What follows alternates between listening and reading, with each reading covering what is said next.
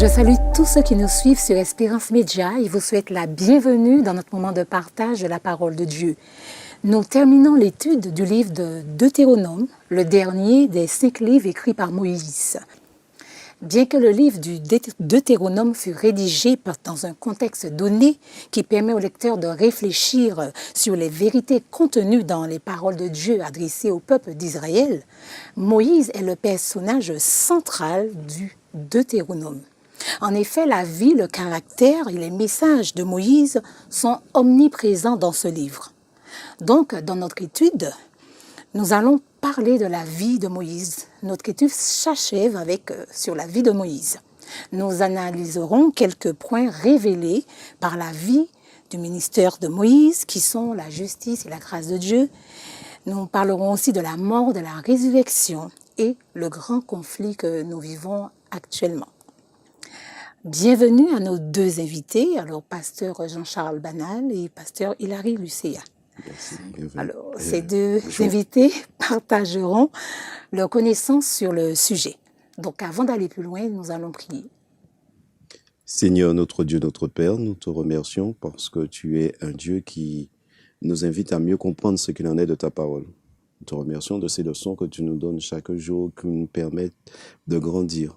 Daigne en cet instant nous accompagner par ton esprit au travers d'une compréhension de ce que nous allons dire. Au nom de Jésus, ton Fils, et pour ta gloire. Amen. Amen. Amen. Alors, nous allons parler du patriarche Moïse, celui qui fut le libérateur du peuple d'Israël, celui qui eut une expérience particulière avec Dieu. Mais nous allons quand même revenir dans le contexte du peuple d'Israël, après des années d'errance dans le désert, arrive à la frontière de la terre promise. Des événements se passent.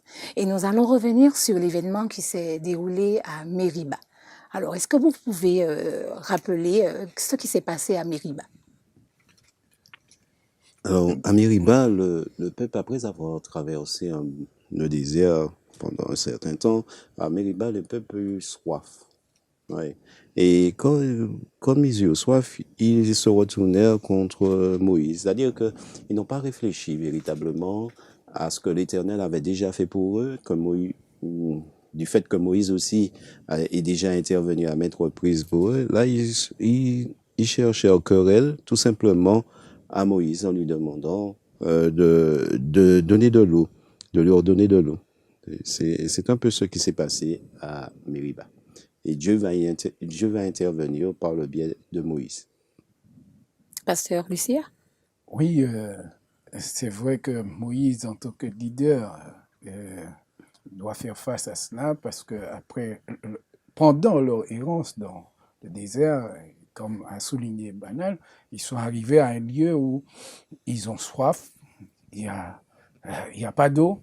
Or, ils ne sont pas une dizaine de personnes, c'est toute une foule, plus d'1 million de personnes. D'accord? Et tu imagines que quand 2 personnes ont soif, et ces personnes crient, ce que ça fait chez nous, et donc face à une foule qui se plaint, on a soif, pourquoi tu ne nous as pas laissé là où on était mieux, et tu nous as fait venir ici pour mourir, etc. Donc la voix s'élève là. Donc on peut dire qu'il y a un brouhaha. Il y a un brouhaha. Voilà. Et donc toi, en tant que responsable face à tout cela, il faut avoir la maîtrise de soi pour rester calme et aussi essayer de trouver une réponse face au peuple. D'accord? Donc, on peut comprendre que ça n'a pas été facile pour Moïse en tant que leader. D'accord. Mais Moïse consulta l'Éternel. Oui, mais ce qui est d'intéressant avec cette histoire, c'est que le peuple ne s'est pas arrêté seulement sur le fait de ne pas avoir à boire. C'est peut-être notre attitude bien des fois. Dieu nous a accompagnés, peut nous avoir déjà accompagnés. Il a déjà fait beaucoup de miracles dans notre vie, mais il suffit qu'il arrive quelque chose qui nous déplaît quelque part et on se révolte contre Dieu. Ce qui est intéressant dans cette affaire, c'est que malgré cette situation de désagrément, de querelle qu'il y a, Moïse, lui, il ne va pas perdre le fil. Il va aller en premier lieu aller vers vers Dieu et en compagnie d'Aaron, ils vont aller et ils vont parler à Dieu de telle façon à ce que le problème puisse se résorber. Donc, il a eu la bonne démarche. Oui, il a eu la bonne démarche. Et, Oui. le peuple qui a soif aussi Oui. demande à Moïse. Moïse se sent, même s'il est un grand leader, mais le peuple a effectivement soif et il n'y a pas d'eau. Donc, Moïse va se tourner vers celui qui l'a appelé à diriger ce peuple, à conduire ce peuple. Il a eu la bonne démarche, le bon réflexe de se tourner vers Dieu. Et donc, maintenant, c'est vrai qu'en tant que leader, on ne doit pas se désespérer parce que celui qui nous a appelés, il est présent, il est prêt à nous accompagner. Donc, quand Moïse et Aaron se sont éloignés du peuple pour consulter Dieu, Dieu leur parle, Oui. il leur donne la solution. Et Dieu dit à Moïse et à Aaron, vous allez parler tout simplement au rocher. Et de l'eau sortira du Et de rocher. l'eau sortira du rocher. Donc, Moïse n'a pas parlé. Alors, donc sa réaction a été comment? Il n'a pas parlé, il a frappé le rocher. Il a parlé au peuple, mais il n'a pas fait ce que Dieu lui a avait dit demandé. de faire. Il n'a pas parlé au rocher, comme vous le disiez, comme tu disais, mais il a parlé au peuple. Mais il a parlé au peuple avec un ton assez agressif. C'est un aspect du caractère de Moïse. Et quand on remonte dans l'histoire de Moïse, déjà auparavant, il avait dit à Dieu, qui suis-je, par exemple, pour aller vers Pharaon quand Donc Dieu c'est un homme de caractère. Voilà, c'est un aspect de son caractère. Et on dit toujours que chasser le naturel, il revient au galop. Et la Bible nous invite à faire attention à cela parce que le vieil homme, parfois, quand nous sommes donnés à Christ, le vieil homme risque de réapparaître. D'accord. Mais c'est une histoire de confiance, en fait, qui s'établit entre Dieu et Moïse. Et là, Moïse ne s'est pas dit que, je sais pas, peut-être il était dans un moment de doute. Je ne sais pas, mais Moïse ne s'est pas attaché à tout ce que l'Éternel avait déjà fait au préalable. Oui, mais est-ce qu'on peut, le lecteur, celui qui n'a jamais vraiment lu cette histoire, qui ne connaît pas, on aurait pu, à la fin de l'histoire, la première chose qu'on peut se demander, mais bon, pourquoi Dieu a été si dur? Et puis, on a une explication à la réaction de Moïse. Est-ce que nous pouvons comprendre la réaction de Moïse? Bien sûr, sur le plan humain, on peut comprendre la réaction de Moïse parce que, en même temps, cela nous montre que quand Dieu nous appelle à faire quelque chose, à accomplir une mission, cela ne signifie pas que pour autant on est déjà parfait. D'accord? Ce sont des pécheurs que Dieu appelle à son service. Maintenant, en tant que pécheur, on doit apprendre à faire confiance à Dieu. D'accord? Donc ici, on voit vraiment que Moïse, bien sûr, il a ce contact avec Dieu, il a eu le réflexe, mais le côté humain était aussi présent. D'accord? Et c'est pourquoi, quand il a convoqué le peuple, comme Dieu a demandé, Dieu lui avait dit de prendre le bâton, de convoquer le peuple, etc. Il a fait tout ça.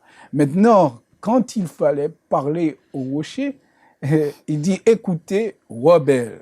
Donc, comme Banel a souligné, le ton avec lequel il parle au peuple montre que son exaspération et montre que le côté humain avait pris un peu le dessus là. Il n'a même oublié un peu, comme dit Banal, ce que Dieu avait déjà fait, accompli, d'accord? Parce que Moïse n'est pas au premier miracle, d'accord? Moïse avait déjà vu comment Dieu avait agi pour le peuple en Égypte, par plusieurs miracles, plusieurs prodiges. Pour traverser la mer Rouge, il a aussi vu comment Dieu a agi pour le peuple qui traverse la mer à sec. Et en plus, l'armée qui s'engouffre dans la mer, etc., Dieu les protège, etc. Donc Moïse a vu tout cela et Dieu le considère même comme son ami. Et là, maintenant, Dieu lui parle. Il est allé chercher la solution, mais Dieu lui parle, Dieu lui dit, voici, parle au rocher. Et là, le côté humain a tellement pris le dessus que Dieu, ça a éclipsé Dieu, Donc, en quelque sorte. il désobéit en quelque sorte. Et là, c'est le côté humain, c'est quoi il dit, rebelle. Comment voulez-vous que je fasse sortir de l'eau? Donc, comme si cela dépendait de lui. C'est lui qui devait faire sortir de l'eau, alors que c'est pas lui qui devait faire sortir de l'eau. Il devait sanctifier Dieu en parlant au rocher. S'il avait obéi à ce que Dieu lui avait demandé de faire, il allait sanctifier Dieu. Donc, Mais le qu'est-ce que texte Dieu dit tout de suite après? Qu'il n'a pas cru. Le texte dit qu'il n'a pas cru, d'accord? Et c'est pourquoi, au lieu de parler au rocher, il a frappé le rocher. Donc, c'est la désobéissance. Mais on voit même au travers de cela que notre Dieu est un Dieu de miséricorde. Il nous comprend, il nous connaît, il sait de quoi nous sommes formés, il sait que nous sommes des pécheurs, il sait que nous sommes faillibles, d'accord? Et donc, il ne tient pas toujours compte. S'il devait tenir compte à la lettre de nos actions, nos réactions, personne ne serait sauvé. Mais c'est par sa grâce. Il nous connaît et il exerce la grâce. Et il a bien dit à Moïse, dans Exode chapitre 33, « Je fais grâce à qui je fais grâce, et miséricorde à qui je fais miséricorde. » Lorsque Moïse lui avait dit de le faire voir sa gloire, d'accord, s'il a trouvé grâce à ses yeux. Et donc, nous voyons que Dieu est un Dieu qui va pas nous juger, c'est-à-dire du tac au tac, d'accord? Dieu, il nous voit, il connaît nos faiblesses, mais ce qui l'intéresse, c'est que nous puissions progresser, nous puissions avancer. Et donc, c'est pas au premier péché qu'il nous élimine. Mais pourtant, Oui. comment pouvons-nous comprendre les raisons que Dieu donne pour expliquer la décision qu'il prit pour Moïse et Aaron? Comment nous pouvons comprendre cela? Oui, parce que en fait, il y a quelque chose chez Dieu quelque chose que j'admire chez Dieu, parce que c'est pas un Dieu qui, c'est-à-dire que Dieu peut vivre avec l'humain, il peut côtoyer l'humain, etc. Mais c'est pas un Dieu qui va admettre le péché. En fait, tout de suite, il va réagir. C'est vrai qu'on a parlé de sa miséricorde. C'est un Dieu miséricordieux, un Dieu bon, un Dieu qui nous fait grâce. Mais tout de suite, il va réagir. Il va nous démontrer, quand bien même je vous pardonne, mais vous allez supporter les conséquences de ce que vous avez fait. Les conséquences sont simples. Tu n'entreras pas avec cette nation-là dans le pays de Canaan. Et on en voit plus tard que Dieu va permettre qu'à 2 personnes seulement qui vont démontrer leur foi d'entrer dans le pays de Canaan. Dieu voulait quelque part avoir une vie avec le peuple. Il s'est engagé de rétablir la relation avec ses enfants. Et quand cette relation semble ne pas être comprise, ou bien cette relation va de nouveau s'estomper, Dieu est obligé d'agir pour que plus tard, les gens aillent dans le bon sens. Oui, il faut dire, oui, je vais dans le sens où banal à réagir. Donc, c'est-à-dire que c'est vrai que Dieu, il est un Dieu miséricordieux, mais aussi il est un Dieu juste. Tu as souligné cela dans l'introduction. Oui. Et il est un Dieu juste. Dieu, il pardonne aux pécheurs, mais il n'aime pas le péché. Et donc, ce que Dieu désire, c'est que le pécheur change de conduite. Mais le péché a aussi ses conséquences. Donc, il dit, il tient pas le coupable pour innocent. D'accord? Donc, Dieu est un Dieu juste. Et c'est pourquoi, mais même dans sa justice, il exerce la miséricorde. Parce que le péché doit conduire tout de suite à la mort.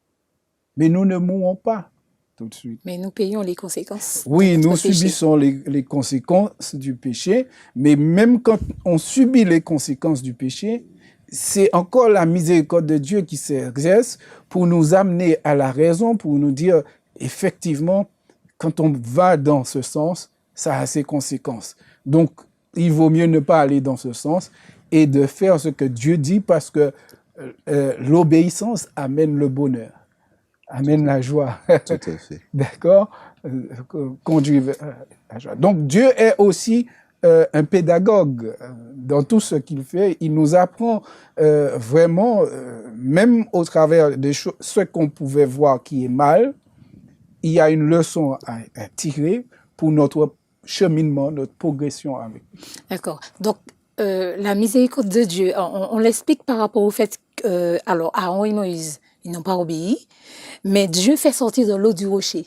Donc, il exprime Oui, exactement. sa miséricorde, sa bonté. Et c'est là que c'est intéressant. Dieu a certainement vu le peuple s'échauffer par rapport à Moïse. Oui. Il sait le besoin du peuple. Il va répondre aux besoins du peuple. Mais comme disait pasteur Lucéa tout à l'heure, il disait que Dieu a une leçon à donner au peuple.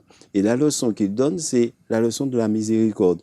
Et la leçon d'un Dieu qui sait pardonner et un Dieu qui est prêt à avancer malgré nos écarts avec nous. Et on va voir que plus tard, malgré cet échec de Moïse, parce qu'il est en situation d'échec, Dieu va lui permettre d'avoir plus qu'il ne pensait avoir. Il va aller avec lui au ciel. Il est au ciel, là, en ce moment, Moïse. Oui. Donc, oui. C'est vrai que on peut ne pas trop comprendre comment Dieu répond alors qu'il lui reproche de ne pas avoir cru en lui, de ne pas l'avoir sanctifié. D'accord? Et là, mais Dieu, comme dit Manel, il connaît le besoin du peuple. Dieu exerce sa miséricorde là, il fait du bien au peuple. Mais Dieu aussi voudrait que Moïse, en tant que personne, puisse apprendre une leçon pour dire, écoute, tu as cru en toi-même, tu n'as pas cru en moi. Je t'ai demandé de faire cela, de parler, mais tu n'as pas fait ce que moi je t'ai donné. Mais malgré ça, Dieu lui montre que j'étais capable de faire ce que j'ai dit. Je t'ai demandé de parler. Moïse dit, rebelle, comment moi je peux faire sortir de l'eau? Mais c'est pas toi qui vas faire sortir de l'eau. Et c'est ça qu'on doit apprendre en tant que leader. Si on veut vraiment rester, apprendre à marcher avec Dieu, c'est apprendre à dépendre de Dieu. Donc, pas de notre... Donc, concrètement, puisque tu réponds déjà à ma question qui arrive là. Donc, concrètement, pour nous, pour le lecteur ou pour moi, qu'apprend-on de la désobéissance et l'obéissance? Pour nos vies, clairement, qu'est-ce qu'on dirait à ceux qui nous écoutent? Oui, surtout de ne pas se laisser emporter. C'est-à-dire que l'attitude de Moïse, c'est parfois de l'emportement. On le voit au niveau de l'Égyptien qui va tuer. Parce que tout au début de son histoire, il va tuer un Égyptien, mais pourquoi? Pour délivrer le peuple. Et comme dit Larry souvent, pas souvent, mais quelquefois chez Moïse, réapparaît cette attitude à vouloir se travailler par lui-même. C'est moi qui va faire la chose et c'est pas Dieu. Mais qui contrôle? Ce sont des émotions. Qui contrôle ces émotions qui sont au fond de nous? C'est nous-mêmes. Nos émotions devraient être contrôlées par Dieu. Mais comme je répète un peu ce que j'avais dit au préalable, chasser le naturel au galop. Donc, exactement. Donc, il nous faut comprendre qu'il nous faut rester constamment au pied du Seigneur, c'est-à-dire demeurer en Dieu de telle façon à ce que nous puissions nous affronter nous-mêmes, parce que nous-mêmes, notre attitude peut nous dépasser. Alors, l'obéissance, c'est quelque chose de fondamental pour le chrétien. Lorsque nous obéissons à Dieu, il y a toujours quelque chose de bénéfique qui va se faire. Dieu tient compte de notre existence et il ne va pas fonctionner sans nous. Il veut fonctionner avec nous. Et comme il veut fonctionner avec nous, il nous donne toutes les opportunités de rentrer en relation avec lui, parce que c'est un Dieu qui est très communicatif et sociable. Donc, Dieu il invite à ce que nous puissions lui obéir. Et quand nous obéissons, nous sommes en relation avec lui. L'obéissance est fondamentale pour notre existence. Quand nous désobéissons, nous démontrons notre volonté de fonctionner par nous-mêmes, comme Adam et Ève dans le jardin d'Éden voulaient fonctionner par eux-mêmes. Et nous avons vu les conséquences que nous vivons aujourd'hui. Toute notre existence est entachée de cette situation. Donc Dieu nous demande tout simplement de vivre l'obéissance de telle façon à ce que nous n'ayons pas à regretter plus tard. Oui, puisque Moïse, il n'est pas entré dans la Mais il y a quelque chose de promise. fondamental dans tout ça. Et nous Oui. l'avons souvent répété durant ce que nous avons dit, c'est que Dieu est prêt à travailler avec nous. Il ne nous abandonne jamais. C'est nous qui avons tendance à l'abandonner. Mais il sait la faiblesse de l'humain. Il connaît les erreurs que peuvent commettre un humain. Et il est prêt à travailler avec nous et nous donner de l'espérance. Parce que lorsque Moïse a dû faire cela, il a dû être très chagrin. Ça a dû le chagriner. Parce que il a vu certainement qu'il avait fait quelque chose qui n'allait pas. Oui, et surtout, on nous dit que Dieu lui a montré la terre promise de loin. Voilà. Donc, je pense que beaucoup de Oui, choses sont revenues. Ça a dû le Beaucoup de choses sont revenues à son esprit. Ouais, ça a dû le travailler. Ce sont des erreurs que nous pouvons commettre et puis dire que par exemple, je lisais quelque part que bien des fois nous entamons certaines choses et nous voulons que les choses réussissent. Mais une ou deux erreurs interviennent dans notre démarche, dans notre cheminement, et ça fait en sorte que les choses puissent capoter. Notre vie entière peut être impactée par cette situation d'une ou deux échecs. Mais contrairement à ce que nous voyons, malgré nos échecs, Dieu, il est prêt à intervenir pour nous et nous donne la possibilité d'hériter du Canaan céleste. Et c'est ce qu'il va faire avec Moïse. C'est une grande leçon que nous avons là avec Moïse. Dieu, malgré nos échecs, est prêt à nous racheter, à nous rétablir et nous permettre d'avancer, comme je le disais. Ce qui voudrait dire que personne ne sera sauvé par sa perfection. Nous serons tous sauvés par la grâce de Dieu. Parce que on pourrait croire que c'est par moi-même je suis arrivé à obtenir le salut. Non, nous serons tous sauvés par grâce, parce que toute notre justice, c'est comme des haillons devant Dieu en quelque sorte. On ne peut pas être à la perfection totale de manière à ce que on peut dire que je mérite le salut. On ne pourra pas acheter cette le salut. Cette nature que nous avons là nous fait défaut. Voilà, parfois. tout le temps. Tout le temps. Parce que pour Moïse, ça a été un laps. On peut dire que c'est un laps de temps. Hein? Oui, il suffit d'un moment d'inattention et c'est pourquoi aussi le péché, j'ai lu dernièrement, le péché contre le Saint-Esprit, c'est pas simplement le fait qu'on peut rejeter volontairement, consciemment la grâce de Dieu, mais aussi le fait par négligence. Lorsqu'on connaît, on sait ce qu'il faut faire, et par négligence, on laisse passer les choses, eh bien, on peut aussi pécher contre le Saint-Esprit. Et donc, c'est pourquoi nous devons être vigilants. Et maintenant, Dieu connaît nos défaillances, nos faiblesses, d'accord? Et s'il n'agit pas par sa grâce, personne ne serait sauvé. C'est pas par sa grâce que nous sommes sauvés, effectivement. Mais en même temps, il nous communique la force. D'accord? Il nous communique sa force pour que nous puissions triompher, nous puissions vaincre nos faiblesses, nos lacunes, etc.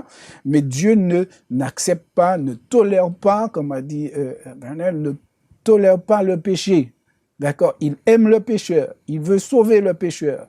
Et nous devons apprendre cela, que ce même Dieu qui nous pardonne, d'ailleurs, il dit, si vous confessez vos péchés, il est fidèle et juste pour nous les pardonner et nous purifier. Il ne se contente pas simplement de nous pardonner, mais il va plus loin, il nous purifie. Donc, il change notre schéma de pensée pour que nous puissions penser comme lui, il souhaite que nous pensions, afin que nous puissions le plaire. Mais pour cela, il faut garder le contact, rester en communion avec lui. Ok. Alors, C'est bien oui. ça. Alors nous laissons ce petit moment de tristesse dans la vie de Moïse, mais on voit quand même que la miséricorde de Dieu, parce qu'on nous dit que Dieu lui a montré la terre promise, et surtout, Moïse est mort, mais il est ressuscité. Alors, parlons de ce moment, et surtout du texte clé, le texte de base de Jude 9. Est-ce qu'on peut le lire? Parce qu'il y a un petit incident qui est rapporté, et ma question serait, l'incident qui est rapporté dans Jude 9, alors comment l'incident rapporté dans Jude 9 éclaire-t-il la nécessité pour Jésus de venir lui-même chercher ses élus afin de conclure le plan du salut? Alors, Donc, est-ce qu'on peut le lire? Jude 9, vas-y. Or, l'archange Michel, lorsqu'il contestait avec le diable et lui disputait le corps de Moïse, n'osa pas porter contre lui un jugement injurieux, mais il dit que le Seigneur te réprime. Oui. Alors, Alors- cela nous permet en même temps de voir, parce que ici, c'est le cas de Moïse, mais dans Zacharie, chapitre 3, nous avons le cas de Josué, le sacrificateur, où le diable réclame aussi, d'accord, l'accuse de ses péchés, etc. Donc c'est ça, à cause du péché, le diable, il croit qu'il a un droit sur nous, sur l'être humain, sur l'humanité, d'accord? Donc, il est l'usurpateur, et donc, le péché, d'ailleurs, la Bible dit que nous nous sommes vendus au péché. Et donc, le diable nous prend comme sa propriété, en quelque sorte. Nous devenons ses esclaves. Nous sommes esclaves à celui à qui nous obéissons. Donc, par rapport au fait que Moïse a péché, le diable vient le réclamer comme si c'est son sujet. Et là, Dieu lui dit non. Donc c'était une parce façon que- de se moquer de Dieu. Oui, voilà. Mais en même temps, ce qu'il oublie, c'est que Dieu est un Dieu qui pardonne. Et Heureusement. si Oui, nous heureusement. confessons Nos péchés, il est fidèle et et juste Moïse pour a nous confessé et son pardonné. péché. D'accord. Il a vu cela, il a reconnu qu'il a attristé Dieu. Il a confessé ses péchés. D'accord? Et quand nous confessons, tout pécheur qui confesse, qui reconnaît son péché, qui confesse son péché et qu'il demande pardon à Dieu, Dieu pardonne. Donc ce verset nous donne un avertissement aussi. Dieu pardonne par sa miséricorde, mais nous, Oui. que devons-nous faire en retour, nous? Oui, mais lorsque nous recevons le pardon de Dieu, c'est pas pour continuer à marcher dans le péché. Voilà. Quand nous recevons le pardon, il nous donne aussi la force pour ne plus pécher. Oui. D'accord? Et donc, à ce moment, nous devons obéir à Dieu pour être son esclave. Nous sommes esclaves à celui à qui nous obéissons. Donc, la grâce de Dieu ne se manifeste pas pour nous dire « Écoute, je te pardonne, mais tu peux continuer dans ce que tu fais. » Quand on nous a accordé la grâce, c'est pour reconnaître que nous avons mal agi, mais maintenant, je ne veux plus continuer dans ce chemin. Je veux maintenant me tourner vers le chemin qui me conduit vers la vie. Voilà. Donc ce verset met aussi en exergue deux réalités, le chemin de la vie et le chemin de la mort, à puisque Satan vient réclamer le corps. Donc ça veut dire que Satan peut réclamer notre corps aussi. Oui, Oui. c'est ça. C'est à cause du péché. Il croit qu'il a droit sur Sur nous. nous. Mais la repentance, c'est le chemin que Dieu nous a donné pour nous échapper de ses griffes. D'accord? Une fois qu'on a confessé, on s'est tourné vers Dieu, eh bien, on tourne le dos aussi à Satan. D'accord? Oui. Et il nous justifie. Quand nous Oui, ça l'est. confessons, Jésus nous justifie, nous devenons enfants de Dieu. Nous sommes enfants de Dieu, il nous pardonne. Donc Satan n'a plus de droit sur nous. D'accord? Quand il nous pardonne, il n'a plus de droit. Si on reste avec un péché non confessé, à ce moment-là, Il a droit. a droit et il peut nous réclamer. Et c'est pourquoi Jésus nous dit, mes petits-enfants, ne pêchez point. Mais si vous péchez, vous avez un avocat auprès du Père, Jésus-Christ le juste. Donc, tout est prévu pour que nous soyons sauvés. D'accord? Mais si nous sommes perdus, c'est à cause de notre faute. C'est pas à cause de la faute de Dieu, parce que Dieu a tout prévu pour que nous soyons sauvés. Donc, soit nous appartenons à Dieu, soit nous appartenons à l'autre. Tout à fait. Dans le même ordre d'idée, on n'a plus à se battre. Parce que quand Jude nous dit que Satan te réprime, que Dieu te réprime, ça a toute sa signification. Nous n'avons plus à nous battre parce que lorsque Dieu a pris possession de nos vies, nous n'avons plus à nous battre. Nous dépendons totalement de Dieu. Donc s'il y a quelqu'un qui devrait se battre pour nous, comme il a exprimé clairement, un avocat, s'il y a quelqu'un qui devrait se battre pour nous, c'est cet avocat. Et c'est Dieu qui va faire le nécessaire en ce qui concerne Satan.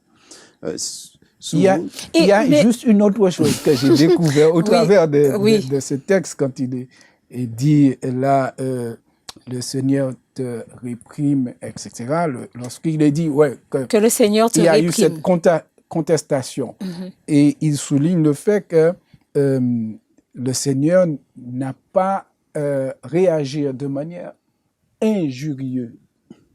injurieuse face à Satan, mais il a dit, le Seigneur te réprime. Et en quelque sorte, je fais la relation avec l'attitude de Moïse. Quand Dieu lui a dit de parler au rocher et qu'il dit au peuple, rebelle. Tu vois, donc nous, même si on est sous pression, même si on est malmené, on doit demander à Dieu la force pour que nous puissions l'honorer. D'accord? Parce qu'on est leader et les gens risquent de nous suivre. Donc, en tant que leader, il faut quand même donner le bon exemple.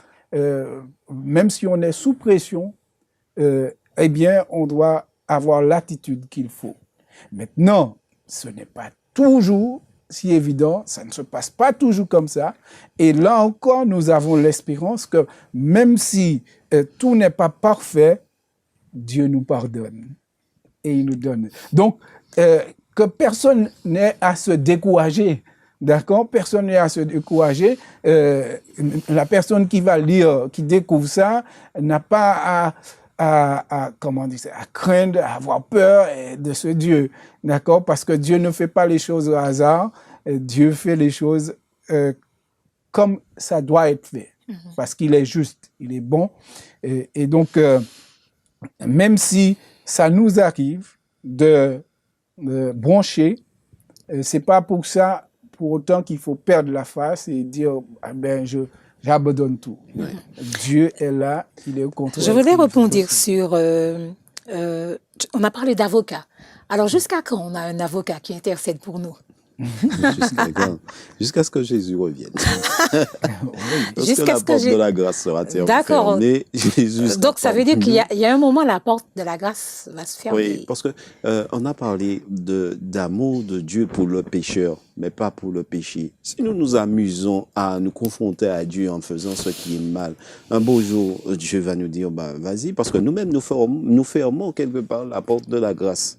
Nous fermons les raisons que Dieu a pour nous pardonner. C'est-à-dire, nous fermons la porte à Jésus-Christ.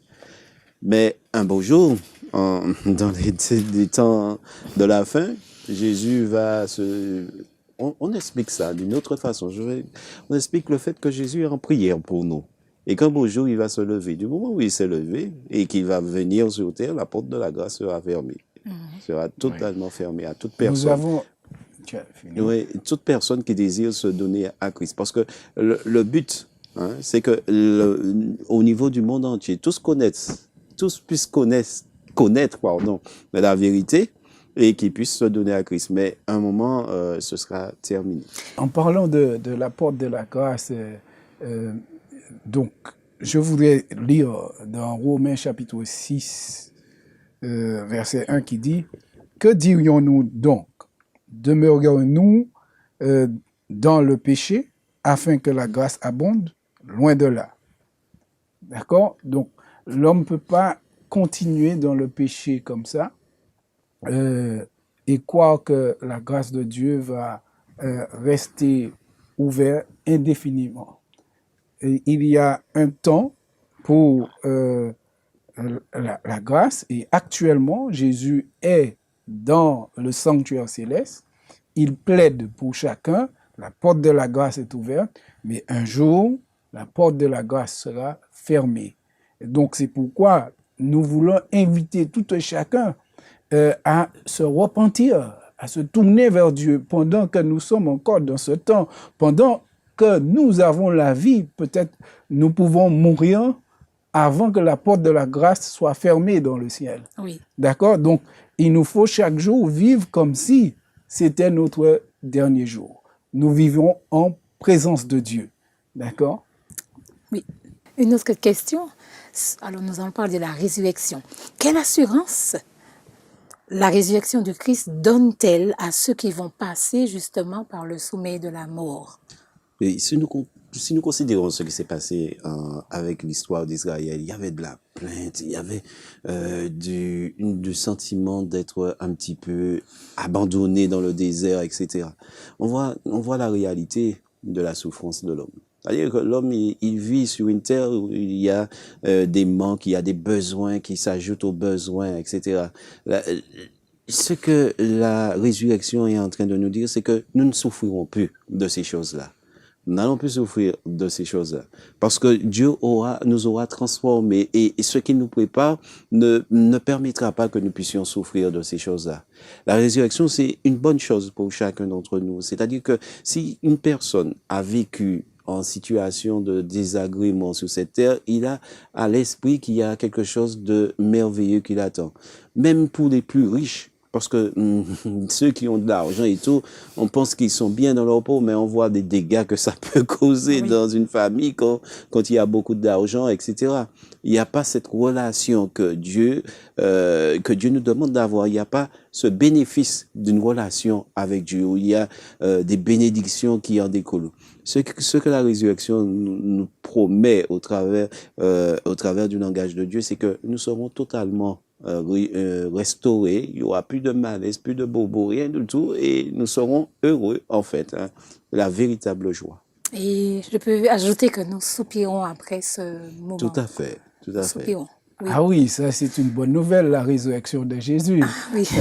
Ah oui. Parce que le péché est arrivé dans ce monde par Adam, et à cause du péché, tous nous mourrons.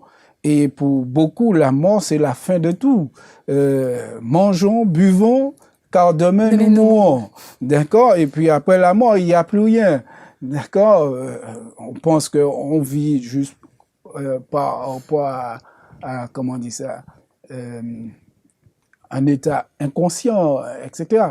Mais la résurrection de Jésus apporte l'espérance pour chacun de nous. Parce que Jésus est venu nous montrer le chemin. Il est venu, il a vécu sur cette terre à cause du péché. Il est mort sur la croix. Il est descendu au tombeau. Mais il nous a montré que puisque lui-même, il n'a jamais péché, la mort n'avait pas de pouvoir sur lui. Et il est sorti du tombeau, il est ressuscité. Et c'est pourquoi maintenant, il peut intercéder pour nous. Il peut plaider notre cause. Et si nous voulons vivre avec lui, nous ne devons même si nous péchons et que nous mourons, d'ailleurs, il est dit dans Jean chapitre 5, celui qui croit en moi vivra quand même il mourra. D'accord? Mais ça veut dire que Jésus nous invite à ne plus avoir peur de la mort. Parce que ceux qui sont en Christ vont se reposer. D'ailleurs, Jésus lui-même, en parlant de la mort, parlait de la mort comme un sommeil. Lorsqu'on est venu lui dire que Lazare est mort, et il a dit aux disciples, Lazare dort, je vais le réveiller. D'accord? Donc pour nous, en tant qu'être humain, la mort, c'est la fin de tout. Même les scientifiques peuvent rien devant la mort. Ils sont illimités. Mais pour Jésus, eh bien, et pour le chrétien aussi. Pour le chrétien, mais c'est grâce à Jésus. Voilà. Le chrétien a cette espérance que la mort n'aura pas le dernier mot. Quand Jésus reviendra, eh bien, ce sera pour la résurrection de tous ceux qui ont fait alliance avec Jésus. Et j'ajoute bienheureuse espérance. Amen. Amen. Alors, Tout à nous fait. achevons notre étude sur le livre de Deutéronome. Alors, pour terminer, si on devait retenir 3 points sur le livre de Deutéronome, quels sont les 3 points que vous citerez? Moi, je commencerai par dire que le livre de Deutéronome n'est pas un livre rude, difficile à lire, et que c'est même très intéressant lorsqu'on nous parcourt ce livre-là. Mais la chose la plus importante pour moi, ce serait la compassion de Dieu envers notre humanité. C'est un Dieu qui nous parle d'espérance, d'amour, de sincérité, de communion avec lui et qui est prêt à s'investir auprès de chaque être humain. Et c'est ce qui est formidable avec Dieu. On a un peu vu au travers de cette dernière leçon que nous avons eue combien Dieu a compassion de chacun de nous. C'est un Dieu miséricordieux. C'est en fait la deuxième chose que nous devons voir, la miséricorde de Dieu. Et puis, quelque chose d'important, la conduite que nous devons avoir vis-à-vis de ce Dieu qui nous aime. La dernière leçon aussi nous a rappelé que nous pouvons faire des choses qui vont à l'encontre de Dieu alors qu'il nous a dit de ne pas le faire. Ou sinon, il nous a dit d'aller dans telle et telle direction. Nous pouvons faire des choses qui vont à son encontre. Mais Dieu nous demande d'avoir une conduite juste par rapport à l'exemple que nous voulons montrer aux autres. C'est-à-dire, il nous invite à vivre pleinement avec lui parce que les gens qui sont autour de nous nous regardent, etc. Donc, il nous invite à ne pas broncher et il est là pour nous aider. Ce sont les 3 aspects que je retiendrai de ça. Pasteur Lucia? Eh bien, je dirais que ce livre est inspiré, d'accord, parce que on trouve dans le reste de la Bible beaucoup d'auteurs qui n'ont pas connu Moïse, qui vont citer des promesses qui se trouvent ou des principes qui se trouvent dans Deutéronome. Donc, ce qui montre le fil conducteur, que c'est le même auteur qui a inspiré Moïse, qui a inspiré aussi les autres auteurs de la Bible. D'accord? Donc, il y a cette inspiration qui est là, qui émane de ce livre. Il y a aussi les promesses de Dieu. C'est un livre rempli d'espérance. D'accord? Et Dieu nous invite à l'obéissance. C'est pas pour nous contraindre, mais parce que l'obéissance conduit à la vie. Et ce que Dieu veut pour nous, c'est que nous puissions vivre. D'accord? Oui. Et puis, oui, c'est la vie. Le livre de Deutéronome nous invite à la vie. Et puis, l'espérance qui émane de cela, de la résurrection de Moïse, et nous le trouvons aussi dans tous les livres dans plusieurs livres dans l'Ancien Testament et aussi dans le Nouveau Testament. Donc, c'est un livre vraiment, je dirais, qui est complet, qui nous révèle tout, d'accord, et c'est bien inspiré par Dieu. Et dans le Deutéronome, nous avons aussi la bonne nouvelle. Oui. Okay. Merci, ce sont les mots de la fin. Et nous pouvons dire aussi que l'expérience du peuple d'Israël aussi nous sert aujourd'hui jusqu'à cette heure, n'est-ce pas? Tout à fait. Oui. Voilà. Merci pour ces éclairages que vous avez apportés sur le sujet. Donc, je vous invite à prier pour terminer. Bon et tendre Père Céleste, nous voulons te dire merci pour ta parole qui est là pour nous instruire, pour nous réconforter, pour nous encourager, Seigneur, pour nous aider à connaître le chemin, pour nous aider à revenir à toi, pour nous aider à savoir que tu es un Dieu rempli d'amour et que tu exerces la miséricorde envers tous tes enfants. Tu veux, par-dessus tout, que nous soyons sauvés. Tu places devant nous la vie et la mort et tu nous invites à choisir la vie, Seigneur. Donne-nous la force de t'aimer plus que toute autre chose. Donne-nous la force de choisir le bien et de pratiquer le bien et que nous puissions vraiment, par ta grâce, par ton Esprit Saint, agir pour la gloire de ton Saint-Nom et que nous soyons prêts pour vivre avec toi les siècles sans fin de l'éternité. C'est notre prière au nom de Jésus pour ta gloire. Amen. Amen. Amen. OK. Chers amis, notre moment d'étude s'achève. J'espère que vous avez été nourris. Pour ma part, je vous retrouve prochainement. Sinon, d'ici là, soyez bénis en Jésus-Christ.